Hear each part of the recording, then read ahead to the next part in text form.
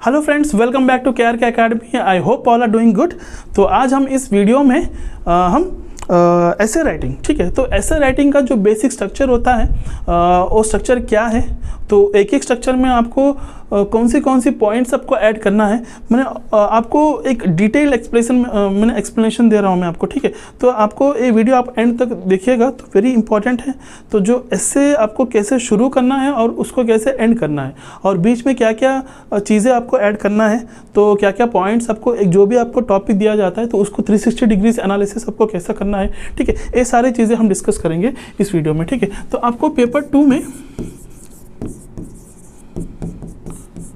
ठीक है, तो आपको ऐसे कितने 4 ऐसे आपको लिखना है, आपको 4 ऐसे आउट ऑफ 6, ठीक है। तो ऐसे का जो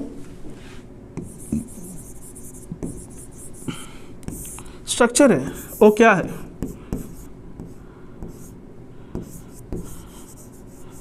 स्ट्रक्चर क्या है, ठीक है, ये समझेंगे हम, ठीक है। तो स्ट्रक्चर में क्या क्या आएगा आपको, पहले आएगा आपको इंट्रो,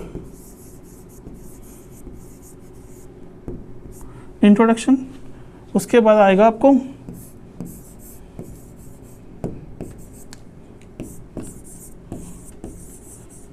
मेन बॉडी, देन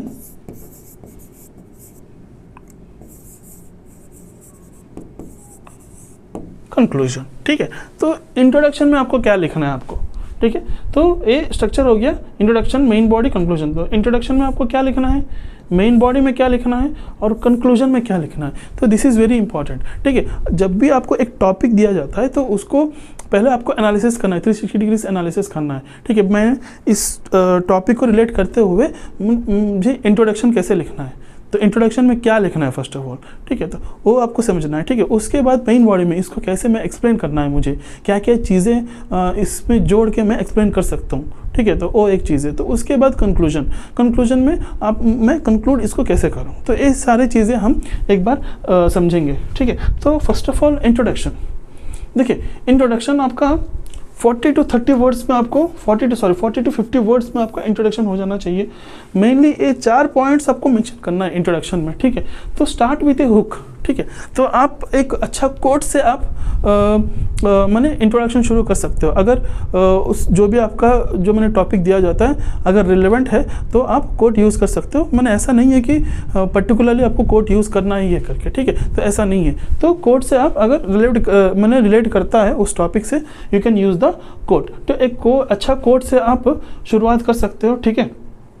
उसके बाद डिफाइन द टॉपिक, जो टॉपिक आपको दिया जाता है, ठीक है, जो भी आपको टाइटल पूछा जाता है तो उस टाइटल को आप एक ब्रीफ डेफिनेशन उसका एक डिफाइन कीजिए, आपको उसको एक्सप्लेन कीजिए, ठीक है। तो और बैकग्राउंड, उसका जो बैकग्राउंड इन्फॉर्मेशन है वो आप रिलेट करते हुए वो आप लिख सकते हो, ऐसे जो भी टॉपिक आपको पूछा जाता है। देन आपको mention the importance of the topics, तो जो इम्पोर्टेंस होती है, जो टॉपिक आपको पूछा जाता है उसका इम्पोर्टेंस क्या है, तो why it is news nowadays, बहुत चर्चित में है, क्यों, इसलिए आजकल चर्चित में किस लिए है, ठीक है। तो ये सारी चीज़ें आपको उसमें मेंशन करना है। और उसके बाद आपको outline the essay structure, briefly mention what aspects you will cover in the body. तो आप मेन बॉडी में क्या बोलना चाहते हो, क्या कन्वे करना चाहते हो, तो वो चीज़ें आप 1-2 लाइन में आप उसको मेंशन कीजिए, ठीक है। तो ये हो गया आपका इंट्रोडक्शन। इंट्रोडक्शन में यही पॉइंट्स आपको लिखना है, इससे ज़्यादा कुछ नहीं, ठीक है। तो एक एग्जांपल देखते हैं हम, ठीक है। तो टॉपिक होगा आपका climate change and its impact on India, ठीक है। तो ये टॉपिक मान लो, ठीक है, ये टॉपिक आपको पूछा गया है, तो वेरी इंपॉर्टेंट टॉपिक भी है, आप इसको प्रिपेयर भी कर सकते हो, ठीक है।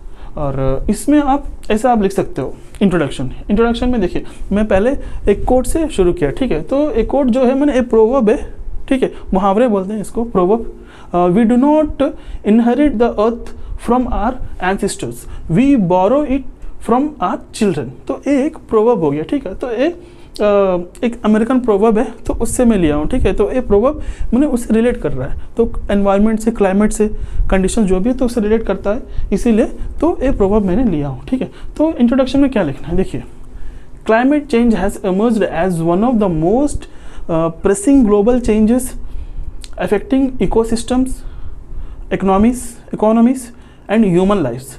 India, with its vast geography and large population, is highly vulnerable to climate-induced disasters such as floods, droughts, and rising sea levels. This essay explores the cause of climate change and its impact on India and the potential solutions to mitigate its effect. ठीक है, तो ये देखिए introduction मैंने छोटा है, very crisp and to the point है, तो ऐसा ही आपको इंट्रोडक्शन आपको शुरू करना है। ठीक है, तो ये देखिए ये चीज़ सारे पॉइंट्स कवर हुआ है कि नहीं। देखिए स्टार्ट हुई थे कोट, अगर कोट रिलेट कर रहे हैं तो मैं कोट से शुरू किया, उसके बाद क्लाइमेट के बारे में इसमें देखिए क्या है। ठीक है, तो climate change has emerge one of the most pressing global changes, ठीक है, चैलेंजेस करके। ठीक है, तो उसके बारे में बैकग्राउंड के बारे में डिफाइन किया टॉपिक को मैंने। उसके बाद importance of the topic, importance क्या है वो भी उसमें है।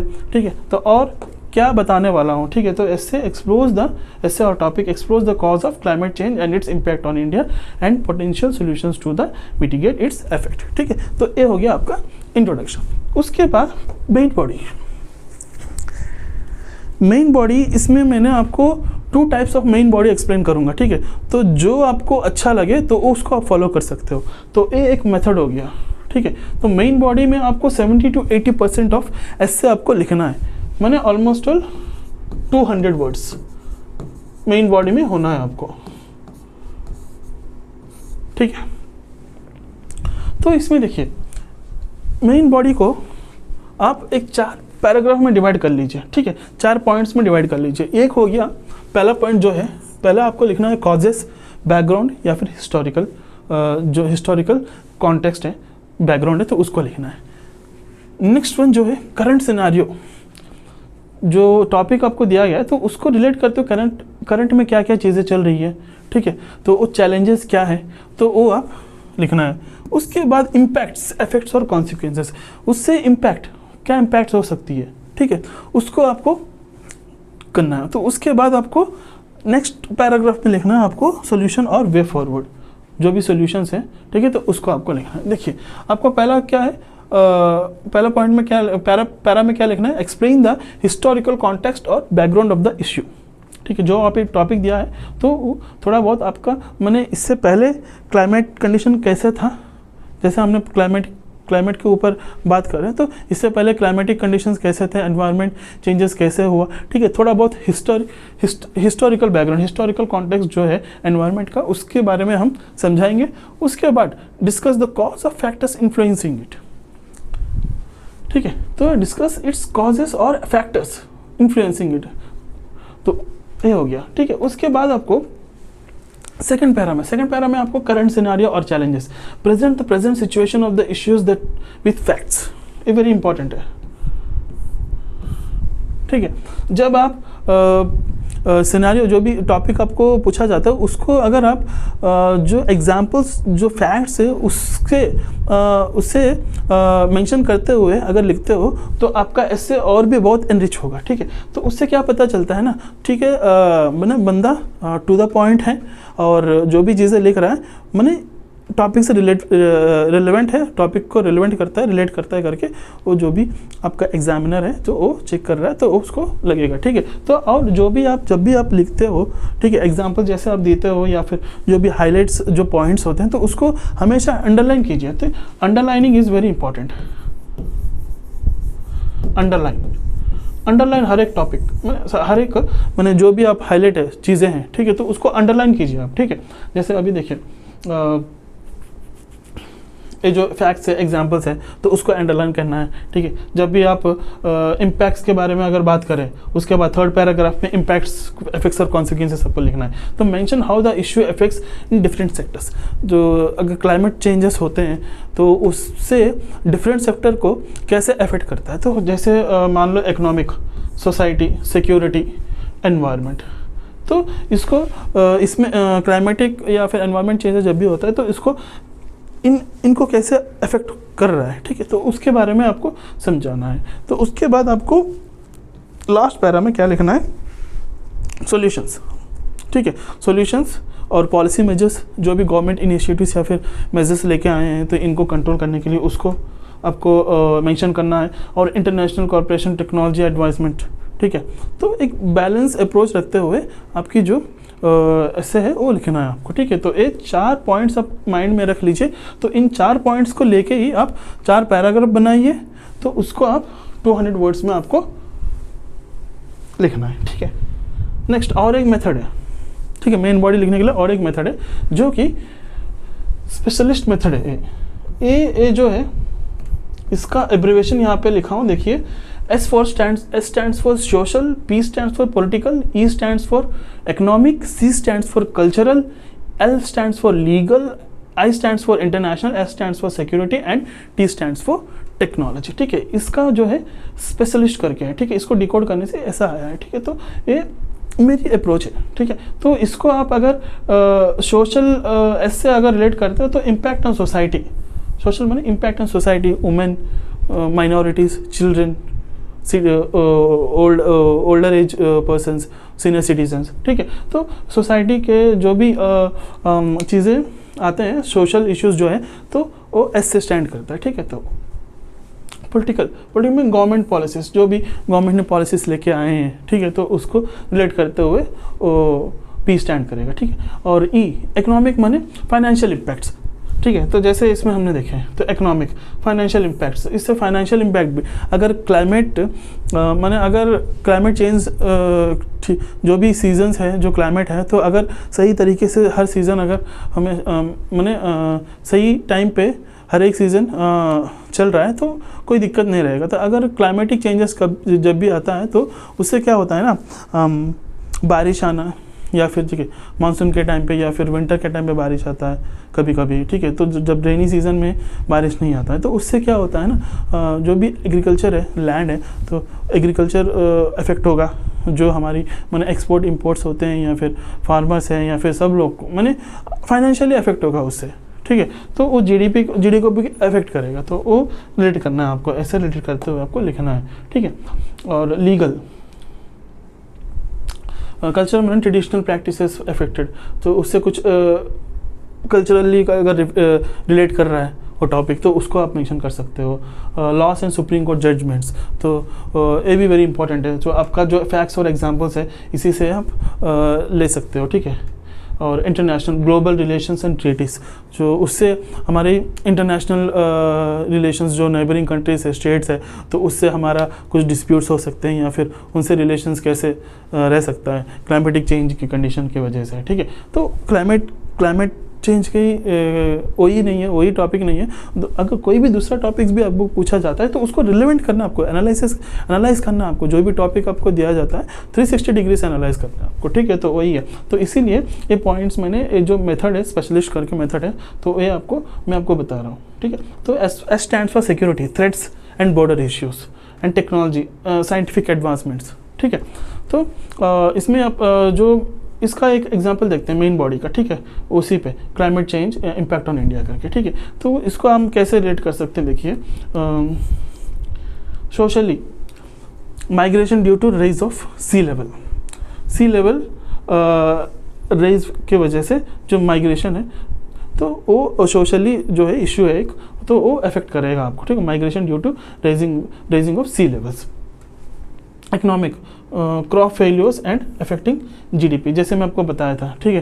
तो जो भी हम फसल उगाते हैं, ठीक है, तो अगर सही टाइम पे अगर बारिश नहीं होता है तो क्लाइमेट चेंज की वजह से, तो वो क्रॉप भी जो भी हम उगाते हैं तो वो सही टाइम पे नहीं आएगा, ठीक है। तो या फिर ज़्यादा अगर बारिश हो जाता है कभी कभी, तो पूरा जो फसल है तो पूरा भीग जाता है, ठीक है। तो उससे भी इफेक्ट होता है, तो खुद फार्मर इफेक्ट होता है, तो उसकी वजह से जो भी माने गवर्नमेंट को जाता है, तो जीडीपी भी, इकोनॉमी जो वो अफेक्ट करता है, ठीक है। वाटर डिस्प्यूट्स, ठीक है। तो देखिए अभी एक नदी हो गया, ठीक है। तो एक रिवर 2-3 स्टेट्स के बीच में से वो क्रॉस होके आ रहा है, ठीक है। तो कहीं एक स्टेट में ज़्यादा पानी यूटिलाइज हो रहा है और दूसरा स्टेट में आते समय वो जो पानी होता है नदी का, तो वो कम पड़ जाता है। तो उससे क्या होता है, वाटर डिस्प्यूट्स आ सकता है, तो बॉर्डर कॉन्फ्लिक्ट्स भी आ सकते हैं, ठीक है। तो government efforts, national action plan और climate change NAPCC Paris agreement, ठीक है। तो एक गवर्नमेंट एफर्ट जो है तो उसको कम करने के लिए या फिर ऐसा कुछ डिस्प्यूट्स नहीं आने के लिए तो गवर्नमेंट ने जो इनिशिएटिव्स लिया है तो उसको जो एग्रीमेंट है तो वो सारी चीज़ें जो भी इनिशिएटिव्स है उसके बारे में आपको लिखना है। And solutions renewable energy afforestation global cooperation एक सॉल्यूशन है, ठीक है। तो ये हो गया आपका एक मेन बॉडी आपको कैसे लिखना है, ठीक है। तो बस वो यही पॉइंट्स आपको याद रखना है आपको। तो ये यूज़ कर सकते हो, इसको यूज़ करते हुए आप मेन बॉडी लिख सकते हो और एल्स ये 4 पॉइंट जो है, ठीक है। तो first point, second point, third point, fourth point, इन 3 पॉइंट को लेके आप 4 पैराग्राफ बना के आप मेन बॉडी लिख सकते हो, ठीक है। Then coming to the conclusion, तो कंक्लूजन भी आपको 30 to 40 वर्ड्स में ही आपको कंक्लूड करना है चीज़ों को, ठीक है। तो कंक्लूजन में क्या करना है आपको, समराइज द की पॉइंट्स जो आपने मेन बॉडी में लिखे हैं, जो की पॉइंट्स हैं तो उसको समराइज करना है, ठीक है। बस 1-2 लाइन में recap the main ideas and discuss in the main body, जो आपने मेन आइडियाज़ डिस्कस किए हैं मेन बॉडी में उसको 2-3 लाइन में 1-2 लाइन में आपको लिखना है, मेंशन करना है, ठीक है। Provide a balanced view, avoid extreme opinions and show optimism with practical approach, ठीक है। तो प्रैक्टिकल अप्रोच माने एग्जाम्पल्स एंड फैक्ट्स, ठीक है। Always conclusion should be in a positive note, ठीक है। नेगेटिव वे में या फिर क्रिटिसाइज करते हुए नहीं करना चाहिए आपको, ठीक है। Always should be in a positive note, ठीक है। तो and with a strong closing statement, use a quote, call to action और फ्यूचरिस्टिक विजन, ठीक है। तो अगर हम ये इनिशिएटिव्स लेते हैं तो आने वाले जो जनरेशन है या फिर फ्यूचर है तो ऐसा कर सकते हैं, ऐसा हो सकता है करके आप एक स्ट्रॉन्ग स्टेटमेंट आप दे सकते हो विथ ए कोट से भी आप कंक्लूड कर सकते हो इसमें, ठीक है। तो देखते हैं एक बार एग्जांपल उसी का।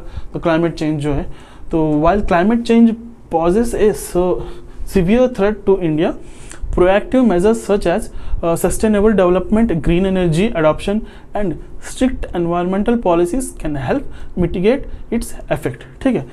तो ये हो गया आपका कंक्लूजन। तो उसके बाद एक कोड भी है, तो अगर यूज़ करना चाहते हैं तो कर सकते हैं और else you can leave it, इस यहाँ तक आप लिख के आप छोड़ भी सकते हो, नहीं तो इसको कोड को छोड़ के यहाँ से फिर आप लिख के आप कंक्लूड कर सकते हो, ठीक है। तो कोट क्या है देखिए एक बार, एज महात्मा गांधी सेड, महात्मा गांधी जी का कोट है, the earth provides enough to satisfy every man needs, ठीक है, but not every man's greed, ठीक है। ये कोट है महात्मा गांधी जी का, तो ये अच्छा कोट है, तो रेलेवेंट है, तो इसीलिए मैं यूज़ किया हूँ, ठीक है। तो the need of the is collective global action and responsible individual efforts to ensure a sustainable future for the upcoming generation, ठीक है। तो देखिए कितना क्रिस्प और कितना टू द पॉइंट है ये कंक्लूजन, ठीक है। तो ऐसा लिखना है आपको कंक्लूजन, ठीक, समझ में आया। तो आपको इंट्रोडक्शन में क्या लिखना, फर्स्ट ऑफ ऑल ये आपको समझना है जब भी आपको एक टॉपिक दिया जाता है, so what I should write in the introduction part, so after that what I should write in the main body, so how to analyze the topic, मैंने किससे रिलेट कर रहा है ये जो टॉपिक है, तो किन किन चीज़ों से रिलेट करके हमें लिख सकता हूँ करके पहले आपको एक अप्रोच बनाना है, ठीक है। तो then only you can write this type of essay, ठीक है। एक कंटेंट जो है, तो अगर आप इस अप्रोच को अगर फॉलो करके प्रैक्टिस करते हो हर एक टॉपिक को, तो आप मैक्सिमम स्कोरिंग अप कर सकते हो ऐसे पे। तो out of 20 you can score 12 to 13 maximum scoring, 10+ आपको 10 के ऊपर ही आएंगे आपको, दिस इज़ फॉर श्योर, मैं आपको बताता हूँ। तो मैंने ऐसा वाला अप्रोच, वो जो टेक्निक है, तो आप शायद आप कहीं पे भी आपको नहीं मिला होगा, कोई बताया नहीं होगा आपको, ठीक है। तो एक मैंने यूनिक अप्रोच है, यूनिक स्ट्रैटेजी है आपकी, जो ऐसे है लिखने की तरीका जो है, तो आपको बदलना पड़ेगा। ऐसे अगर लिखेंगे तो मैक्सिमम स्कोरिंग आप कर सकते हो, ठीक है। तो आई होप दिस वीडियो आप सब लोगों को पसंद आया होगा, and share the video and ज़रूर कमेंट कीजिएगा जो भी चीज़ें हैं, ठीक है। तो धन्यवाद दोस्तों, थैंक यू, जय हिंद। फिर से मिलेंगे दूसरा वीडियो में।